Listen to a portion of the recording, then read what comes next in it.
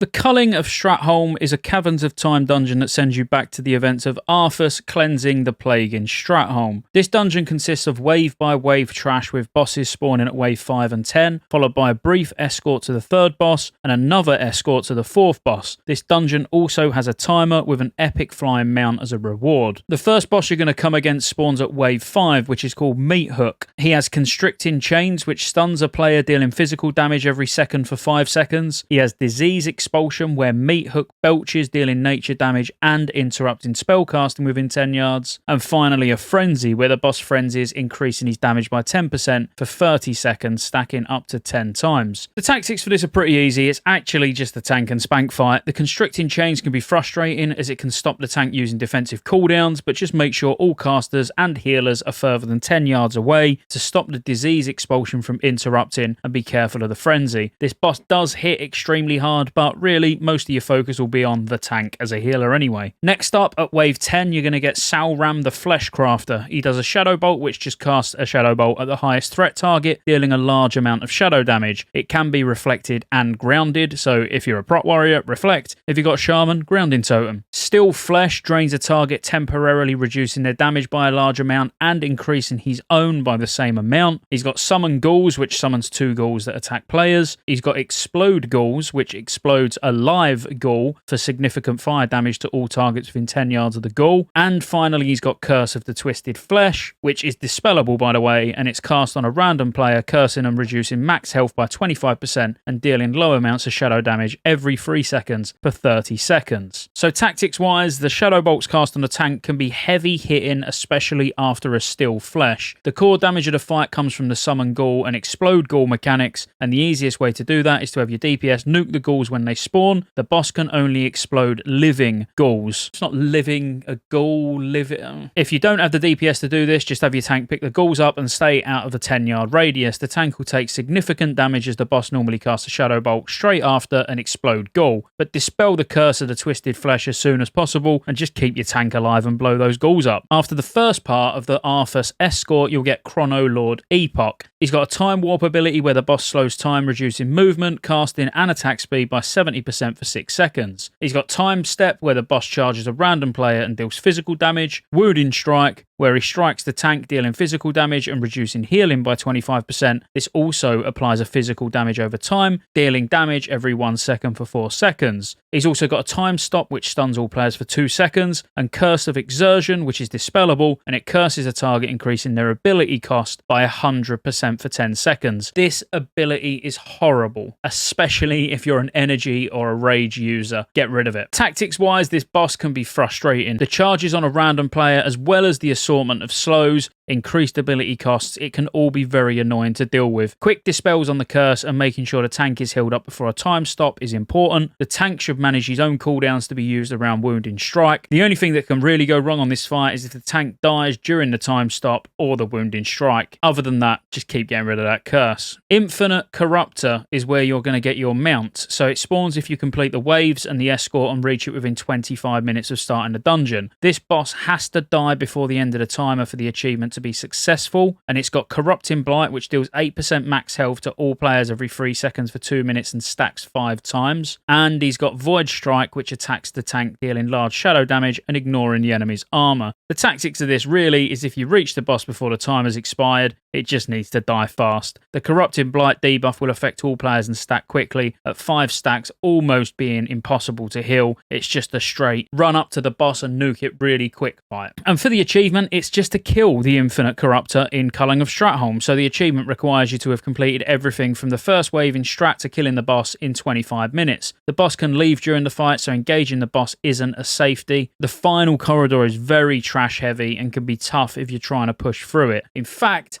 out of the entire instance, it's the only place I ever see wipes, is the final corridor going to the Infinite Corruptor. And the final boss, which is so easy, I wasn't even going to include it. Mal'Ganis. So it's got a Sleep, which is dispellable, which just puts a random player to sleep for 8 seconds and any damage will wake the target. It's got Mind Blast, which casts Mind Blast on a random player, dealing shadow damage. Vampiric Swarm, where Mal'Ganis heals for 50% of damage done by his melee attacks. And Carrion Swarm, which is a frontal cone of shadow damage that applies a shadow dot, dealing damage every 3 seconds for 15 seconds. The tactics are very, very simple. nuke the boss, dispel the sleeps, and be careful of the random Mind Blast damage, and don't stand in front of the boss. That's it. And that's Culling of Stratholme. So be sure to like, subscribe, check out Rested XP in the description below. Go buy it. It's the best leveling guide that you'll, well, ever use, I would say. And I'm not biased just because I get money from it. It really is that good. Roll the outro. There's lots of ways you can support the channel to keep me here putting out World of Warcraft content and covering all future MMOs. Consider joining the channel as a member.